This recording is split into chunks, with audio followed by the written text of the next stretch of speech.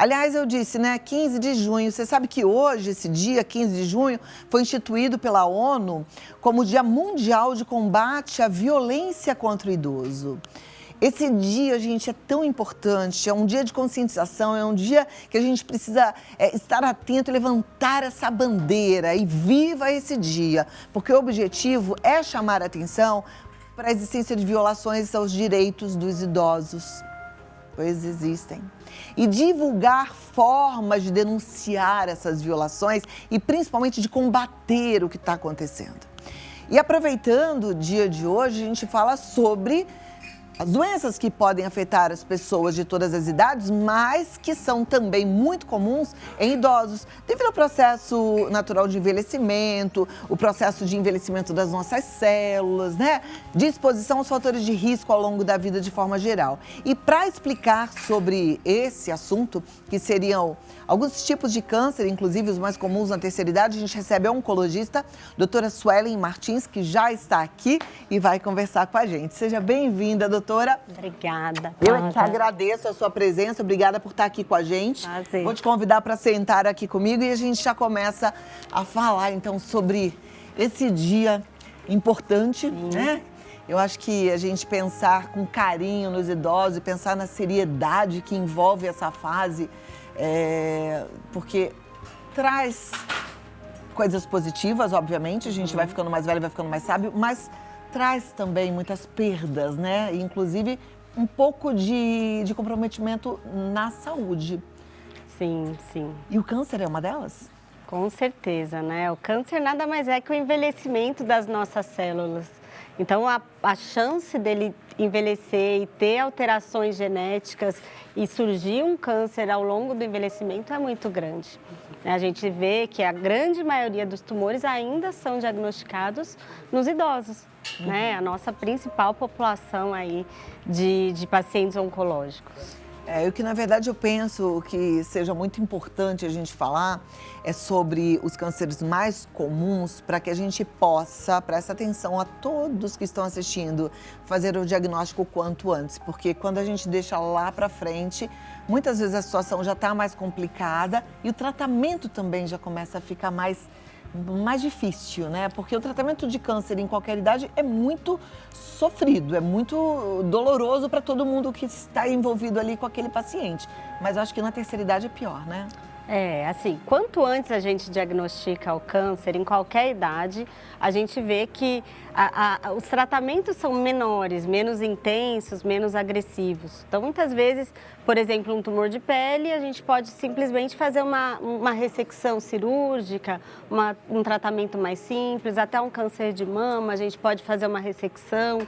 Muitas vezes não precisa de uma quimioterapia, um tratamento mais agressivo, né? Então, se a gente consegue diagnosticar um tumor numa fase mais precoce, a gente pode minimizar os possíveis efeitos colaterais, né, do tratamento. Então, o que a gente deve, por exemplo, alertar a quem está assistindo ao programa para buscar um possível diagnóstico, fazer uma pesquisa que seja simples, né, para que todo mundo consiga fazer isso o quanto antes? Sim, é sempre importante, principalmente o idoso, né, que muitas vezes precisa de alguém para ajudar, para auxiliar, a ir no médico e fazer aí os principais exames de prevenção, pelo menos selecionar os tumores mais comuns. Então, a pele, né, a pele é o principal câncer, o que a gente mais diagnostica no Brasil e no mundo. Então, olhar a pele do idoso, levar um dermatologista, ou o próprio geriatra consegue fazer uma avaliação ampla desse idoso, né? A gente tem aí como os principais tumores, né, o câncer de mama na mulher,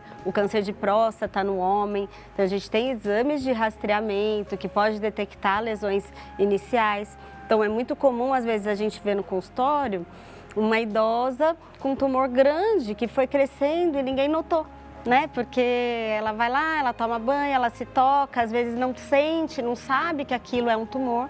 Então, às vezes é importante dar uma olhadinha no seu idoso que está em casa, né? Para poder ajudá-lo também a ter aí uma detecção precoce de algo que para ele é normal, mas pode não ser normal. Pode ser aí o início de um tumor, de um câncer. A gente costuma a se incomodar ou aquilo que faz a sensação de dor no nosso corpo chama atenção. Sim. O câncer provoca dor?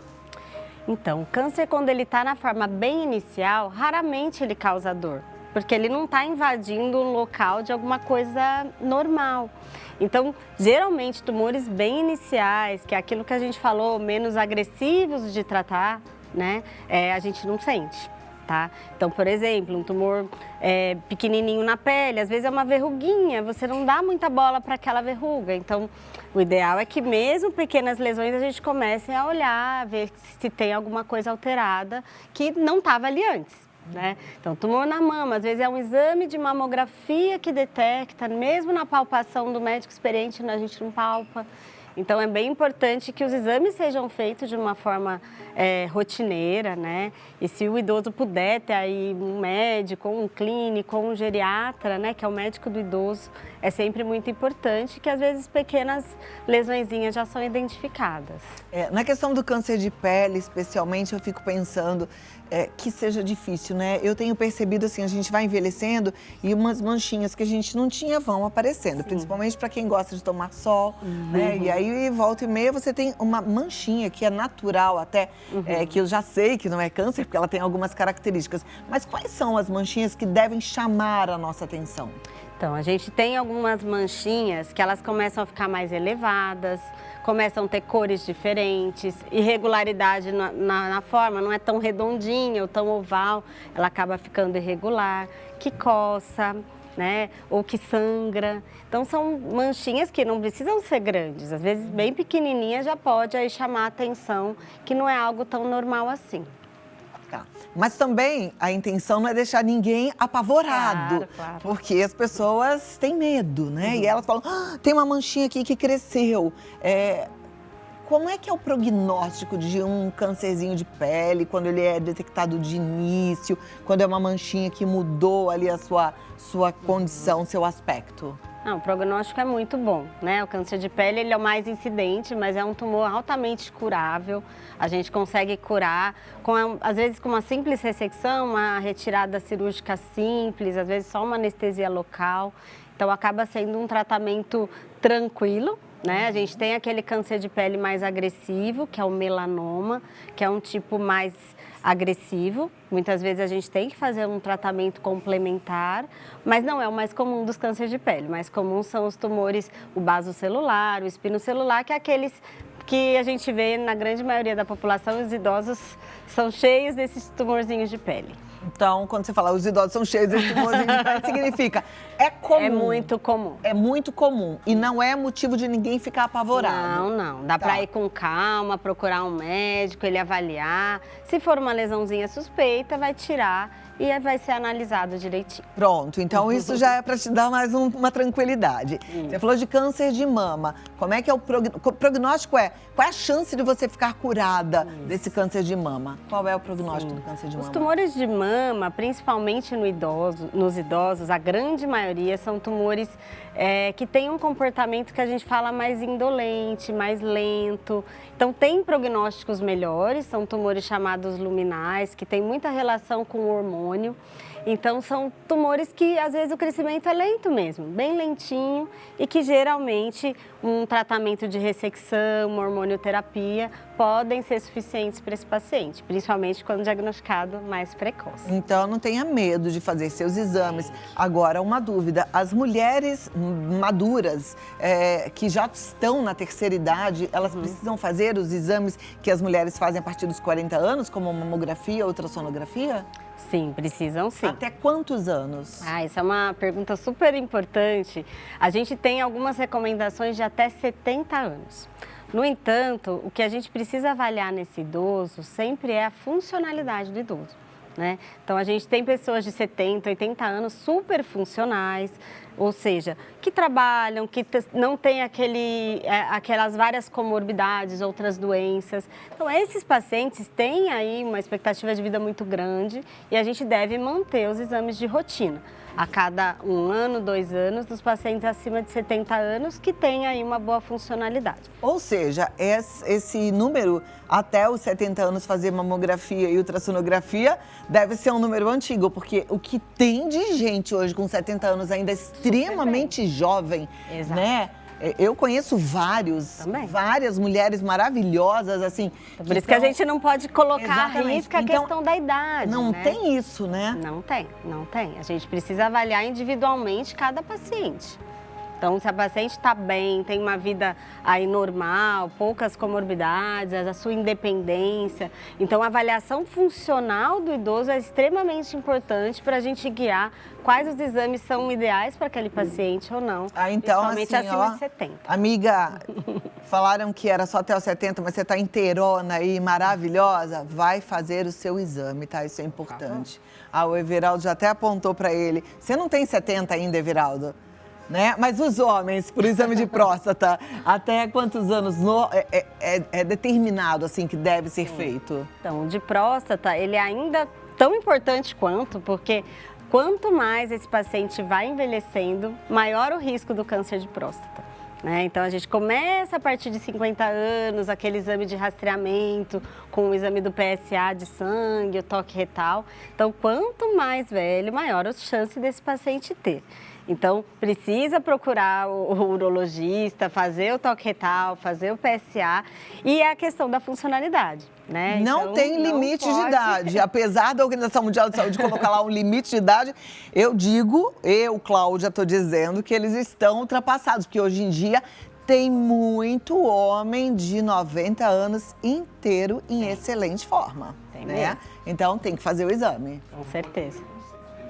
Isso aí. Nosso câmera já está dando aqui um palpite, uma interferência de diapositiva muito boa, que é não ter preconceito. Porque tem muito homem que tem preconceito e isso é um grande erro, né? Sim, não pode ter preconceito. É um exame indolor, né? Não tem relação aí com masculinidade, enfim, diversos tabus que acontecem para o homem e faz o diagnóstico, né? Só o PSA, o exame de sangue, não é suficiente para diagnosticar um câncer de próstata, só o toque retal também não, então a gente precisa agregar as duas informações para poder aí avaliar esse paciente, se tem um câncer, se não tem e como devem ser os próximos passos, né? Importante.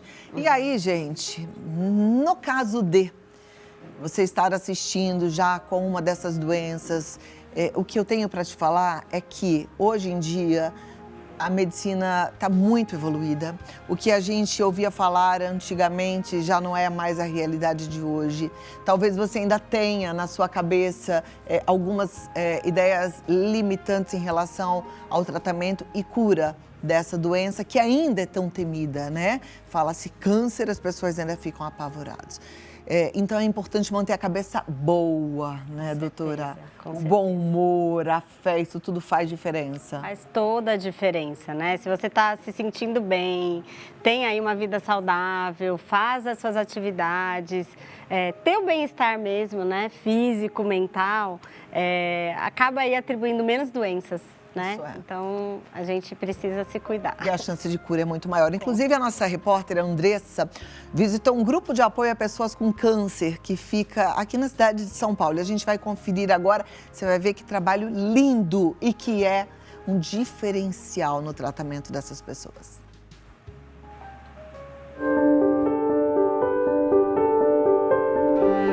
Receber o diagnóstico de câncer não é fácil. Por isso, é preciso que haja uma rede de apoio.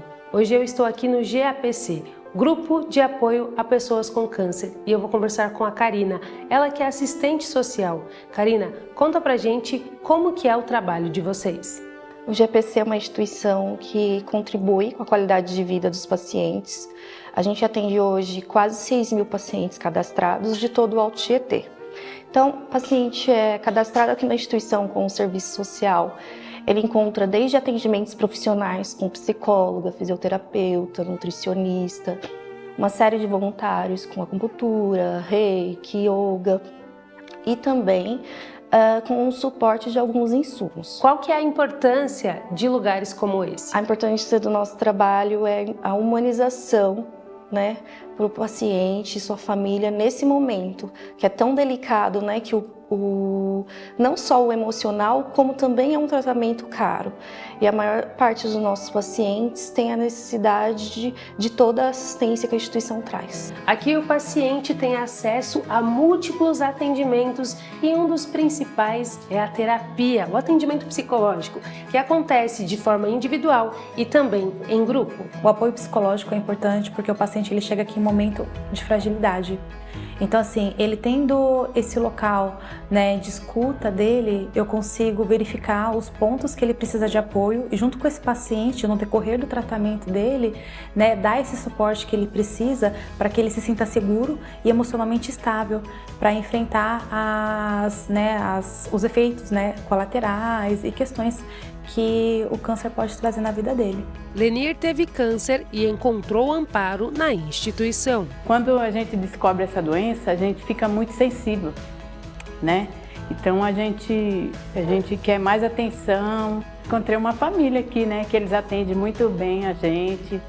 Elas todas são dedicadas, não é em qualquer lugar que você está chegando, é como se você estivesse chegando na sua casa mesmo. Ela dá conselhos para quem descobriu a doença. O conselho que eu dou para quem descobriu a doença é não se desespere, porque acima de tudo existe um Deus ainda, né?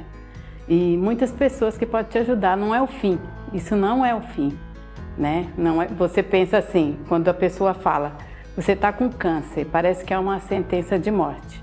Mas eu falo para você que não é. Não é uma sentença de morte, que hoje existe cura para o câncer, né? Tem que ter esperança.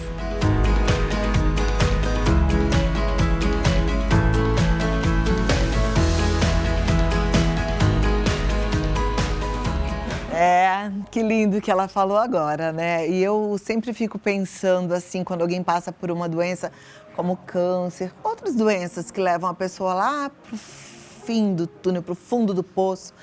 Ela é uma pessoa antes, ela é uma pessoa durante esse processo, mas ela é uma pessoa depois extremamente melhor, né? Porque ela falou, não é o fim, na verdade é o começo de uma nova vida, né? Com certeza. Porque passar por um momento como esse e enxergar, inclusive, que a morte, ela existe e que não é tão ruim quanto a gente imagina. Sim.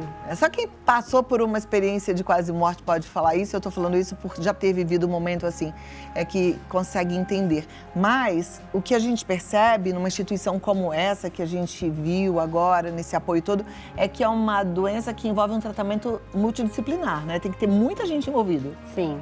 O apoio de todas as áreas da saúde, né, tanto ao idoso como qualquer paciente oncológico, é muito importante, né? Então a gente fala que o paciente ele tem que ser acolhido no momento que ele chega no local onde ele está sendo tratado, né? A recepção, é a portaria, é a pessoa da limpeza, a equipe de enfermagem. Eles conseguem sentir esse carinho, né? E ter um apoio psicológico, né, muito importante, porque fica, né, com aquelas minhoquinhas na cabeça, várias ideias, pensar na morte, pensar na finitude, né, coisas que muitas vezes a gente não pensa ao longo da nossa vida inteira, aquela vida corrida, e quando tem um diagnóstico de uma doença grave como o câncer, a gente começa a pensar. Né? Não necessariamente esse câncer vai levar à morte, então os cânceres hoje em dia são muito curáveis, a gente tem muita opção de tratamento, mas a gente precisa começar a refletir. Ter esse apoio multiprofissional é muito importante. Né? O que eu vou comer? Né? Então eu preciso da nutricionista, né? O que eu vou pensar, como que eu vou agir, um fisioterapeuta para ajudar na mobilidade, no idoso é super importante. Então a gente tem várias profissionais mesmo da área da saúde que estão ali apostos, né, prontos para poder ajudar o paciente. Agora, de qualquer forma, hoje, né, um dia de combate contra a violência ao idoso, acho que é um dia bem propício para a gente pensar no assunto. A família tem uma importância crucial no tratamento de qualquer tipo de câncer, né? E, infelizmente, alguns dados mostram pra gente que muitas vezes a pessoa em tratamento de câncer é abandonada. Muitas mulheres são abandonadas pelos seus maridos. E a gente precisa aqui falar da importância desse carinho, desse apoio, desse estar junto, né? É muito importante, né? A família é o braço direito e esquerdo daquele paciente. Quando a gente vê um apoio familiar, ou às vezes a família não está toda presente, mas tem aquele amigo, aquela amiga que é mais que família, né? Muitas vezes a gente vê esse apoio. Então, a gente vê que esse paciente consegue levar muito melhor o tratamento, consegue lidar com essa situação de uma forma mais tranquila. Vamos lá, de volta aqui com o nosso assunto, com o momento importante, perguntas e respostas. Se você já mandou a sua pergunta, fique aí atento, porque já a doutora Sueli vai responder. Mas quem não mandou ainda no Vida Melhor Oficial, pode mandar que ainda dá tempo, tá? Então vamos aqui, ó, para a primeira, que é da Simone. A Simone diz assim: tenho 41 anos e tive um câncer de pele no couro cabeludo. Foi retirado tudo. Pode voltar no mesmo lugar ou em outro? Pode, né? Quem teve um câncer tem mais incidência, né? E chance de ter outro tumor. Então, ela tem que se cuidar bastante, usar o protetor solar.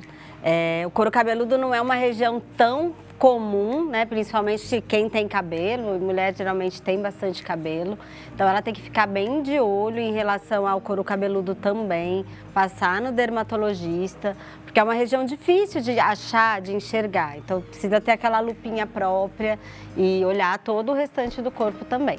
É interessante se proteger. Isso que você falou, né? É difícil de achar. E ao mesmo tempo, quando a gente ouve assim, um tumor, a gente pensa num tumor, assim, uma bola, né? Alguma coisa que sai, algo. E não, pode ser só uma manchinha, assim, que às vezes tem características assim, específicas de um câncer. Tá, ok. Então, sempre muita atenção.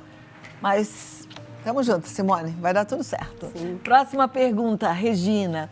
Perdi uma amiga com câncer no intestino. Foi muito triste. Quando é que esse tipo de câncer pode ser evitado? Bom, câncer de intestino, né? A gente tem visto aí muita incidência, tem aumentado a incidência. É o segundo tumor mais diagnosticado quando a gente exclui esses de pele, tanto em homens quanto em mulheres.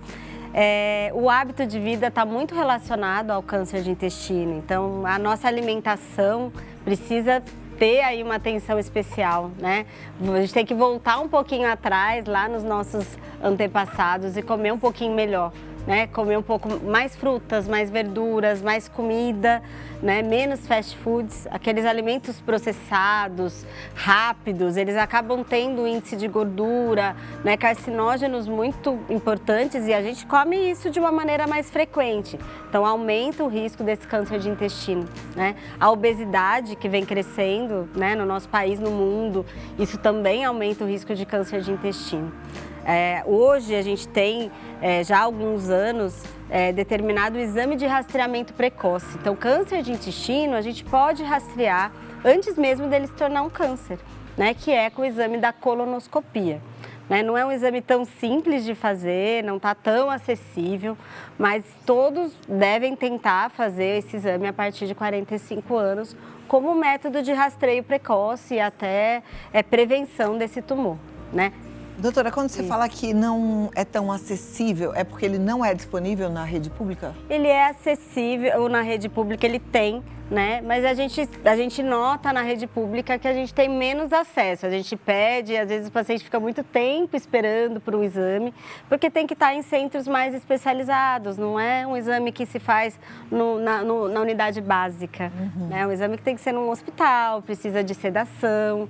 Então, existe todo um ritmo aí para agendamentos, né? Acesso em todo o nosso país, que é tão grande. Sim. Então, demora um pouquinho para todos conseguirem, mas é importante todos saberem que devem fazer, né? Pelo menos aí a partir de 45 anos. Eu fico impressionada com algumas pessoas que têm a possibilidade, que têm acesso, que conseguem fazer e fogem do exame porque acham que é muito desconfortável. Gente, é a forma de fazer a prevenção, né? E é um desconforto, na verdade, nem é desconforto porque você faz sedado. O preparo é chato? O preparo é chato, mas é tão rápido que você tira de letra, né? Com certeza. E aí depois você vai ficar um tempinho aí, se Fica Deus quiser, anos tranquilo. sem precisar fazer. Exatamente. Eu já fiz algumas vezes, mas aí agora da última vez o médico falou, agora Só precisa repetir daqui, acho que ele falou 5 anos, depois eu vim colher mais 5 anos, Às vezes é 5. porque já não tinha nenhum pólipo, né? Mas já tirei alguns e tudo bem também. Sim. Né? Essa é a forma de prevenção, retirar o pólipo. Isso, o pólipo, ele normalmente é uma lesão que ao longo de anos pode virar um câncer. Poderia ter virado se não tivesse sido retirado. Exato. É isso. Aqui, ó, Patrícia, como chama o teste genético que a Angelina Jolie fez para retirar as mamas e evitar ter câncer de mama? Ele é realizado no Brasil? Excelente pergunta. A gente tem, sim, no Brasil, não temos na rede pública.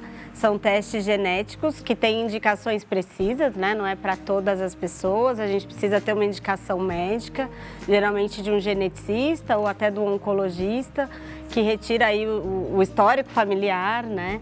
Mas, de um modo geral, o da Angelina Jolie foi um teste de BRCA1, que é um gene que, mutado, quando ele é alterado, e a gente identifica essa alteração nesse gene, a gente sabe que existe um risco, quase 90% de câncer de mama. Então, por isso, nesse caso específico, se indica a retirada preventiva das 2 mamas, né, como redução de risco de câncer de mama. Não é 100% também remover as 2 mamas, mas no caso de pacientes que têm a mutação do BRCA1, é uma das medidas que a gente faz.